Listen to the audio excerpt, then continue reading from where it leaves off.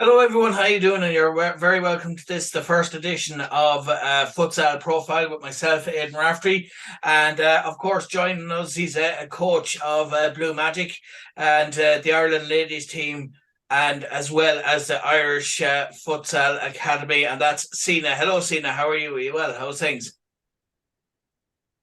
Hello, yeah, all good, all good. Good to have you on board. Good to have you on board. And I suppose we'll to kick it off with, we'll just to get a bit about your background and I suppose how you got involved in futsal. Obviously, look, it's a really well grown sport around the world, and it's really getting a hold in Ireland as well. There's a lot of teams up in Dublin, and it's there's a lot of international teams. Obviously, UEFA competitions as well. So it's really grown, and it's a great sport, and it's a great way of getting fit. Of course it is. Of course, for me, the most beautiful game in the world. So there is no better sport than futsal, but maybe I'm biased. A little bit about my background. I was born in former Yugoslavia. Today's Bosnia. Came to Ireland 20 years ago, maybe even longer. Still, it doesn't mean that I will not make any grammar mistakes giving you this interview. Let's see how it goes. So over there in former Yugoslavia, in all Balkans, actually, futsal would be a very popular sport. In our PE system, actually, in our school system, all handball would be very popular, and futsal court would be the same as a handball court, 40 by 20 meters. So I'm coming from Banja Luka. Banja Luka is maybe not that big, 200,000 people cities, but it would have between 15 and 20 primary schools, and each primary school would have a full 40 by 20 outside court. It's a hard surface, concrete usually, and would also have an indoor. Maybe not every primary school would have a full indoor court, but it would have an indoor court. As I said, handball, basketball, everything is done through our primary school education system. And then during the summer months, when there is a break in school, all these 15 or 20 outside courts would be available for public use. It wouldn't be under the law back then. That's it, and I suppose that's kind of key, getting them when they're in school, and when they're really young in primary school, because when they're kind of Teenagers, more adults open play. So to as I said, developing. yes, and it's very popular during the summer nights. They're very popular outside. So 15, 20 courts in a city of 200,000 people, you would really need to get there early and hope that you will get your chance to play. So what we often did as teenagers, we would travel from one court to another until we find a suitable slot, and then if you lose one match, you are done for that evening. So you would try to go to find another pitch. So it's a very popular, and we all grew up playing this sport. Later, obviously, futsal evolved a lot. FIFA and UEFA took over it. It's the only five-a-side football format that's recognized by both FIFA and UEFA. So for these reasons, we have World Cups in futsal, we have a European Cup, we have a Champions League, we have domestic leagues. So it's a very popular sport. And I suppose from the point of view as well, like I've been involved with, I suppose Ireland's senior six-a-side squad. That's kind of an outdoor version of futsal, I suppose. The Ireland Diabetic Futsal squad. And obviously Sparta Belfast as well, another team you probably know. We mutually know, I suppose we both know. We both know kind of Emir and Dario, and of course Drezan and Aruna as well.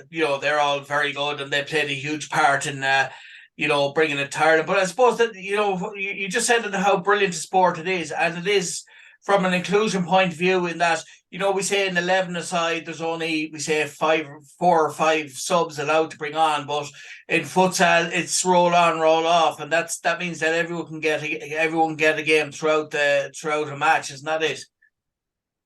That's it, yeah. So for that reason, it's you'll be back on the pitch many times. You give your best for 2, 3, 4 minutes. You come out to catch a breath, and then you are back on the pitch.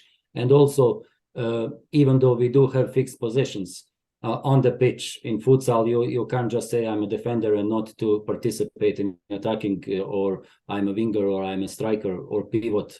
In futsal case, you need to know all the roles within the team. You need to know importance of each position, and you should be able to perform, not maybe equally, but you should be able to perform all these specific roles to a certain extent. I know all the people that you mentioned, Darius, Emir, Dražan, and everybody. The futsal community in Ireland is small, and Northern Ireland, I would know a futsal community all over the world, to be honest, but especially here, where I've been living for past 20 years.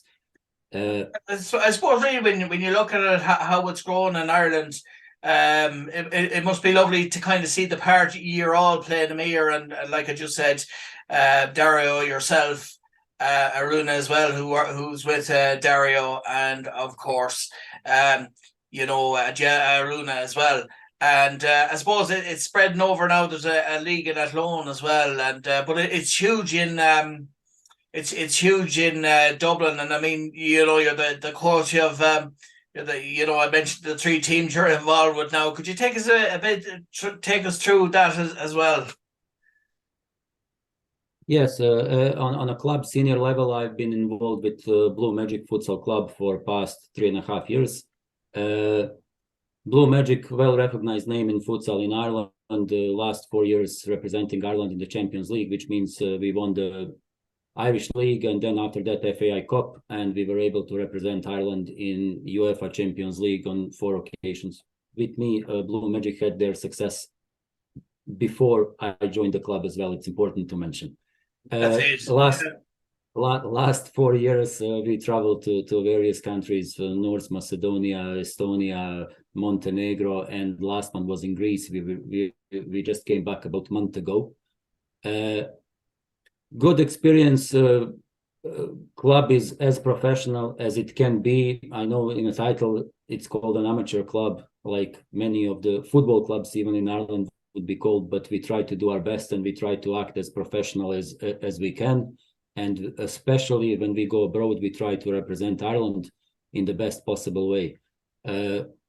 Unfortunately, this year we didn't manage to progress from the group stage. It's a very difficult path coming from a country like Ireland. The league coefficient is not that high, and we have to face very difficult opponents. We are usually coming from the lower pots, and only one team progresses from the group. So this year that was Doukas, hosts from Greece.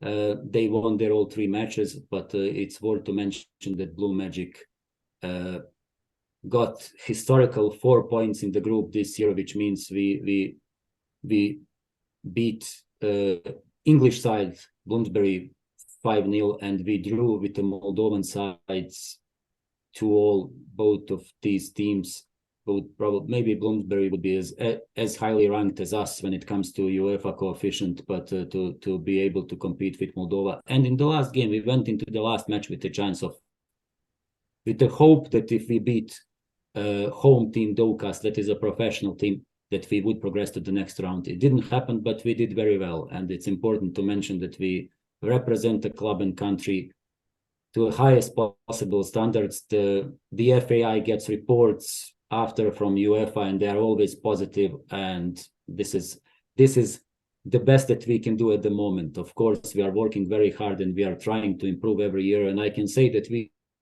go to the Champions League 10 or 20% improved compared to the previous year, but still it's not enough. I think as you mentioned, sport is growing, especially about the Dublin area, but domestic league is something that we need to have a competitive games, to have better structured clubs, to somebody who would challenge Blue Magic and possibly beat Blue Magic in the final. And we need this because the clubs that we face in the Champions League have these kind of matches week in, week out, and we only have these kind of matches once per year or never. When we go to Champions League, we are pushed outside of our limits. Here, we need more competitive games, more competitive teams, and better domestic league if we want to make a significant result in Europe. It's similar to football clubs, so there is no need to explain. Yeah, more. And I suppose really, if you're aspiring to play football, whichever code, obviously there's different codes of football, futsal being the main, but it is a great stepping stone, because I think if you can get used to the skills and master the skills of futsal, then if you go on and play 11-a-side or 6-a-side or whatever, I think you have a great skill base when you play other sports, because I suppose it's all about in 11-a-side, if you have the skills from futsal, you're in tight spaces. We say in 11-a-side, you can get out of it, and it's you have the footwork, I suppose, as well, which is essential. And so it is a good basis for whatever code you go on to. And I think, it's a good foundation. And of course, it starts, as you said, up in at schools level, or, at youth level, underage level, and work your way up to work its way up to adult. And, it is great in Dublin. And of course, another team, a few teams there that I mentioned, Dario and Aruna are involved with World United. Amir is involved with Clontarf Vikings. All these teams. It's great to see it, and yourselves as well at Blue Magic. So I suppose the rivalry when you're meeting them is good, but it's not a dangerous or a bad rivalry. It's just a rivalry that makes each team better. And of course, like just mentioning those lads as well, your experience of Dario and Aruna and that, and they're great lads. Amir as well. They're all great coaches. I know Amir from the 6-a-side squad in 2018. He was a great leader on the pitch, and you can see that all his experience when he's coaching as well. I suppose much the same as yourself. And Dario as well, he was in charge of Sparta Belfast. I was the physio with them as well when they went to the UEFA Futsal Champions League preliminary round in 2021. So it's all huge, and it's great experience that when you're playing in these UEFA competitions, you can bring that back to your own league. And then, like when you play in future UEFA competitions as well, it's essential. Of course, every goal in UEFA is important for our countries. As I said, small country, not highly ranked when it comes. So every goal adds up when it comes to a coefficient for the next season. So if it's Blue Magic or Sparta or whoever is representing Ireland in UEFA, it's very important that we do it well. So next year it's maybe easier path for any team to get there. When you mention all these coaches, yeah, we know each other. I actually coached Amir for a year. He was still playing, but my futsal career was finished by then. So we are very, very good friends outside of the pitch. We are trying to help each other. I'm in contact with Dario, with Amir nearly every day, and with other coaches over Ireland, and futsal community in general. It's very good across Europe and the world. It's not as toxic, maybe, to use that word as a football. There is not that much money in it, so it's probably the reason why I find the futsal community being very nice, and coaches are very helpful to each other when it comes to sharing the materials, ideas, new ideas. Somehow we always say futsal trying to do our best. When you mentioned the skills and the things that you develop while playing, while futsal is a sport in its own right, it also serves football a big way. In a big way, we all know that players who come from futsal, and there is a greater pressure and limited space, limited time to react. Once you develop these skills in a what I call the jungle hostile environment, once you go to a bigger pitch, you think you have loads of space and loads of time. Speaking to many of my colleagues, including Spanish national team futsal coach, manager Vidal, we were talking a lot about futsal and football, and he said the moment that futsal was introduced into primary PE education, in schools in Spain, and that was 1998.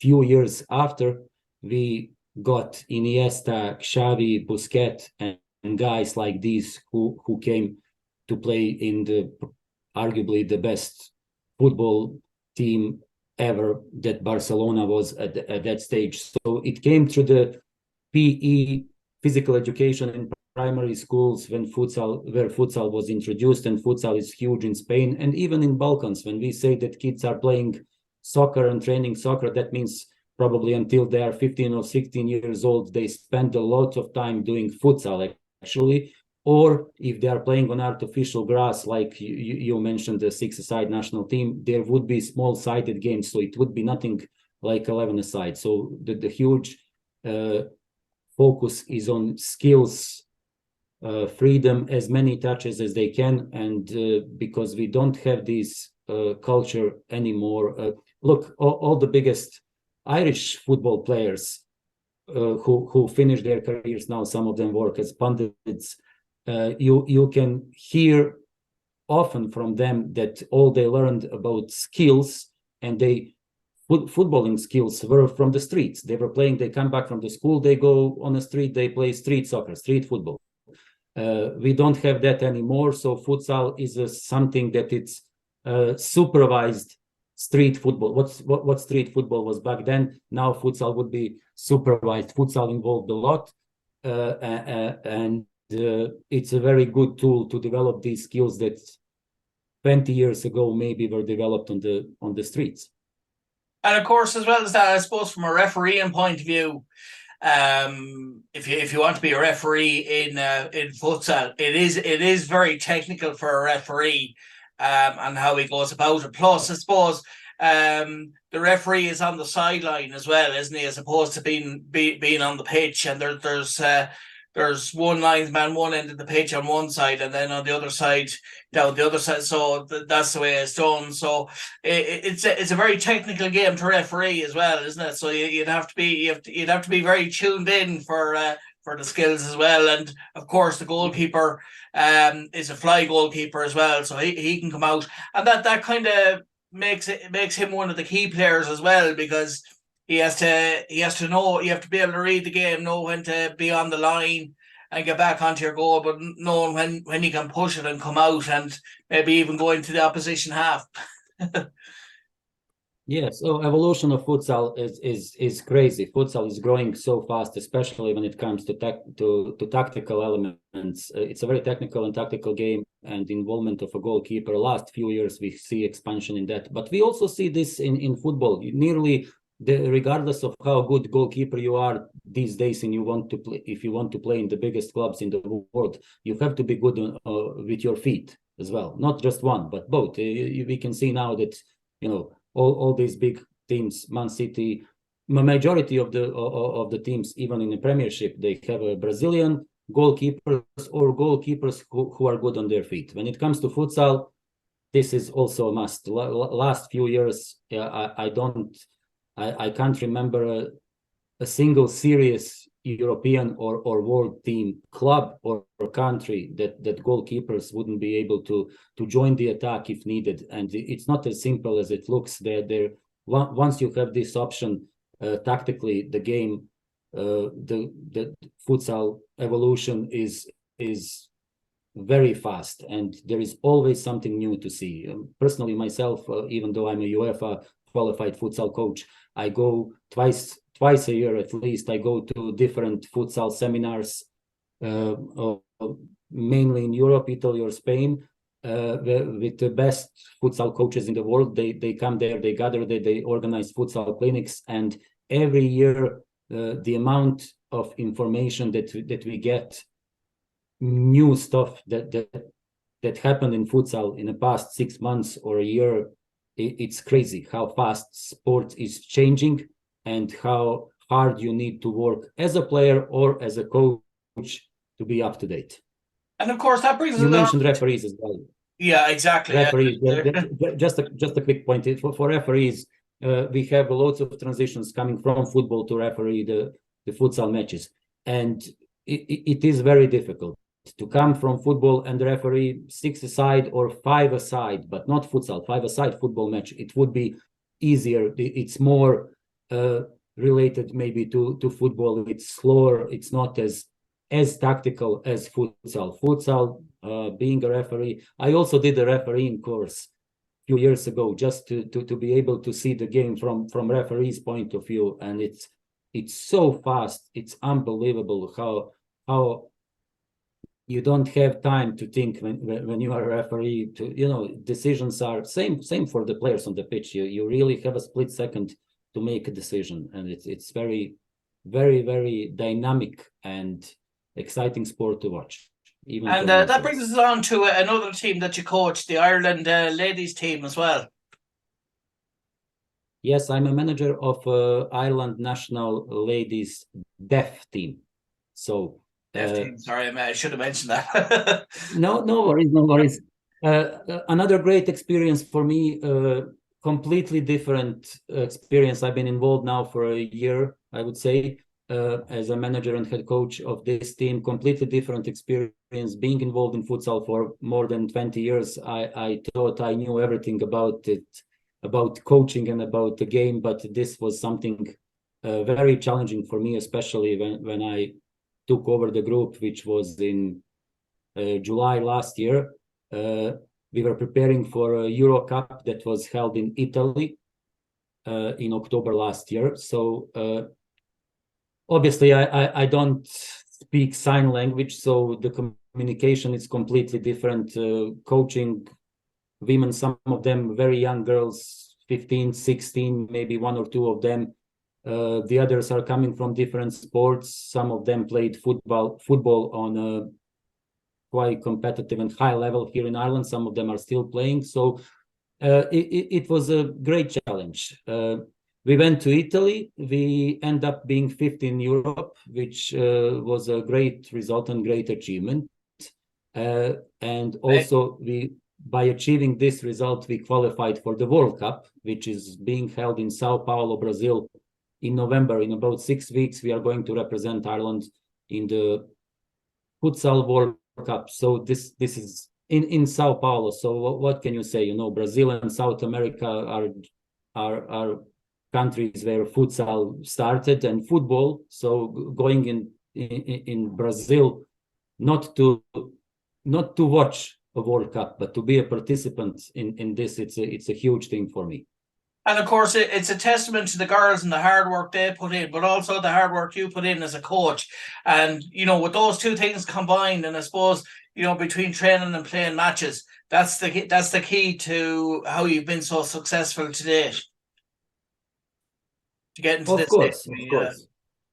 Look, my last, as I said, 20 years, I've been coaching futsal actively or trying to.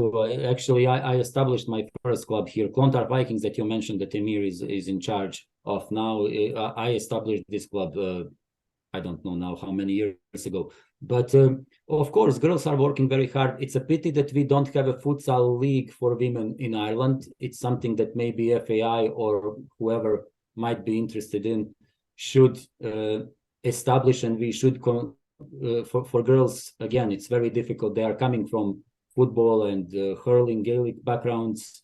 They are proper athletes. They train very hard, and we practice futsal.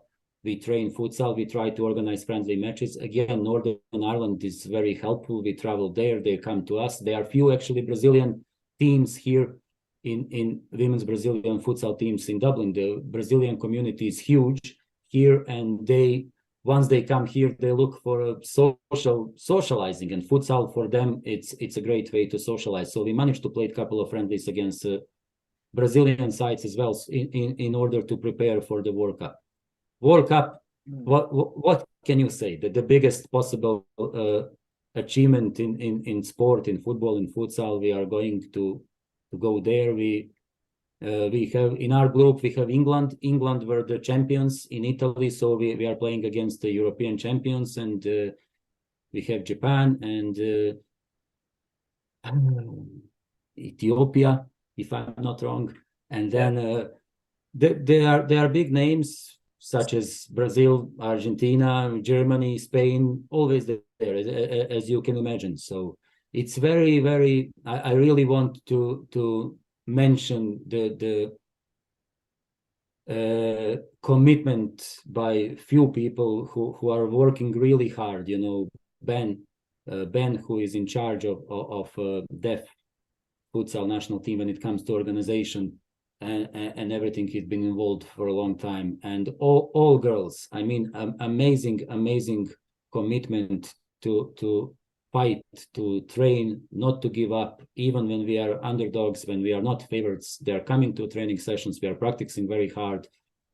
Interpreter is there to try to, you know, translate my ideas. It's a very, very, very challenging and very difficult task for me personally, but I think since I took over the Ireland national women deaf team, that I've grown so much as a coach and as a person. It's a really great experience.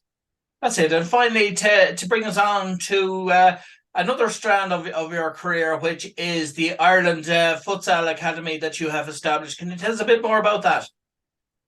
Yes, after so many years of being in futsal and after so many years of hesitation, thinking, would I be able to do this or not? I finally got everything in order, and I think I'm ready to embrace this another challenge. Irish Futsal Academy is my own project that I'm just starting now. I just registered everything, still waiting on some papers to come from revenue, from all these offices that I want to do everything properly. So Irish Futsal Academy, something that will give opportunity to kids any age and any ability to try to play futsal. My hope is that from my own experience, there is not many people who tried to play futsal and didn't like it. So I hope that I will get as many kids as possible to fall in love with this beautiful sport, and this maybe could become their major sport, their only sport, or even as a tool development for football. So what I'm going to focus with my academy, it's 4 or 5 things that my 3 to 5 years plan is. Obviously, I would like this academy to grow and become bigger than Dublin and go all over the Ireland, and let's see, why not? I know that I will work very hard on it. My five things that I would like to focus on is providing an extra training session to football clubs. So if kids, let's say under 10, are training Mondays and Fridays in their local football clubs, I would offer an extra training session on Wednesday where kids would be playing futsal. So this would be one of the key things for the academy and for those clubs, for kids to develop this individual technique and all this that we talked about in the first part of the interview, something that we are missing on the streets. These kids, if they're training 2 times per week, or in some cases even once per week, they don't have this opportunity to go back home or to play on the streets and try to express themselves and try to master these skills. If they come once or twice per week to play football, and we all know the weather in Ireland can be very bad and pitches are not in the best possible shape, kids don't have opportunity to practice and master their skills. So what our academy or my academy would offer is the perfect environment to express yourself, to try to do things that you wouldn't be doing maybe on the football pitch when you are strictly guided by the coach. Second thing also is I would like to establish my own academy team where only kids who are not participating in football or any other sport, that futsal would be their key sport and sport number one. This is something that I would like to do. My ultimate goal would be to bring futsal into primary schools as either part of PE or after school activities. I have 2 daughters. Up to this year, they were both in primary schools, and after school activities such as drama, musical instruments, and things like that. They tried it all. Why not futsal? So maybe here every or majority of primary schools would have their indoor halls or facilities where maybe we could educate PE teachers, or I could come and provide these training sessions for kids. I know once they try it, they would love it. No weather issues, safe environment. Another thing I would like to provide, I would like to organize futsal tournaments and leagues for underage categories, to organize camps, summer camps, Easter camps, things like these.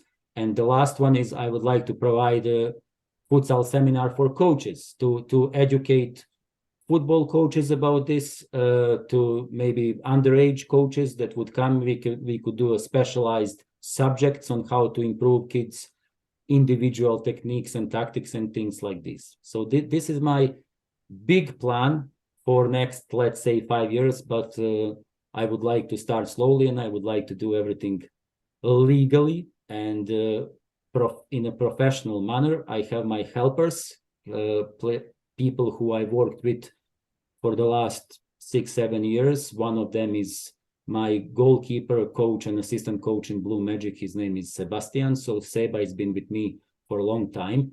The other guy, Igor from Croatia. All our coaches are certified. Seba has a FAI C license in futsal. Igor has a C license in football. They've all played futsal for a long time on a highest possible level that Ireland could offer. So I have a good group of people that is behind me, and we have big dreams, and we will try to infect Ireland with the futsal virus, if this is a correct that's a good terminology.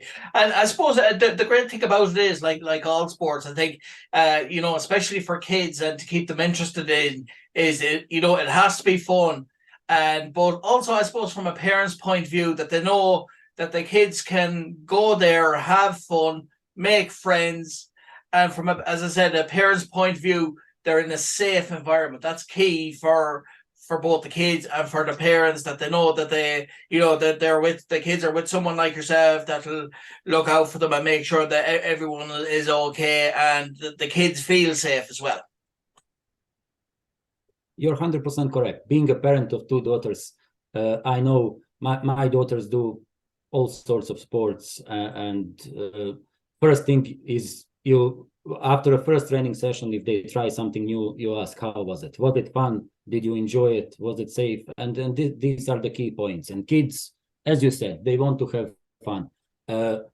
With futsal, as many touches as they want. If I have 15 kids in my training session, we start training session with 15 balls. So it's so many touches on the ball, something that they can't get in football. So they really love it. It's a heart rate goes through the roof. They are running, they are fighting, they are enjoying it. Also, their confidence as well improves, and their development, both as a player, but also as a person as well. They're all key things as well. Of course, these are exactly. They need to learn how to deal with pressure, with success, with failure. All these life skills are as important as, and you learn all this. As you said, it's a very social sport.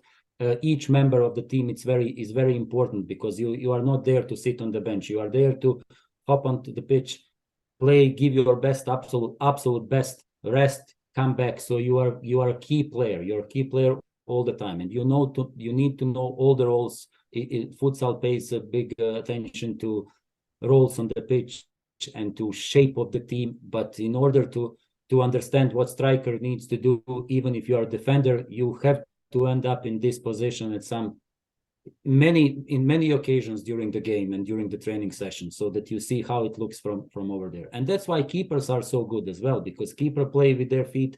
They enter the field often when they can, so they know how players are feeling. They can anticipate what is the dangerous, when player is going to lose the ball, maybe his own teammate, so he needs to be ready to react. And then all this can be transferred to 11-a-side later. That's it, and it's great, and it's very interesting, and just a little thing as well. Just a proposal there is, maybe we could do kind of regular interviews as well. And I know, like, you're going to the World Cup with the Ireland ladies deaf team as well, and Blue Magic, and of course the academy. So we could do maybe regular updates And obviously I can send you the links for them, and you can share them as well. And as I say, spread the gospel of your foot the different projects that you have as well. So yeah, if that'd be great, if that's all right with yourself. That would be perfect. I would be very grateful for that. Our league here, AUL Futsal League, is starting next week. So Blue Magic is back in action after 5 weeks of not playing futsal since we came back from UEFA Champions League. So we can have a regular updates on that one. As I said, in 6 weeks, I'm traveling to Brazil. I'll be there for 2 weeks. Once I come back, we can chat about this, and I hope that by this time my academy will kick off and that I will be able to tell you great news that I have 10, 20, 30, 40 kids of different ages and abilities falling in love with futsal and playing futsal in my academy on a regular basis.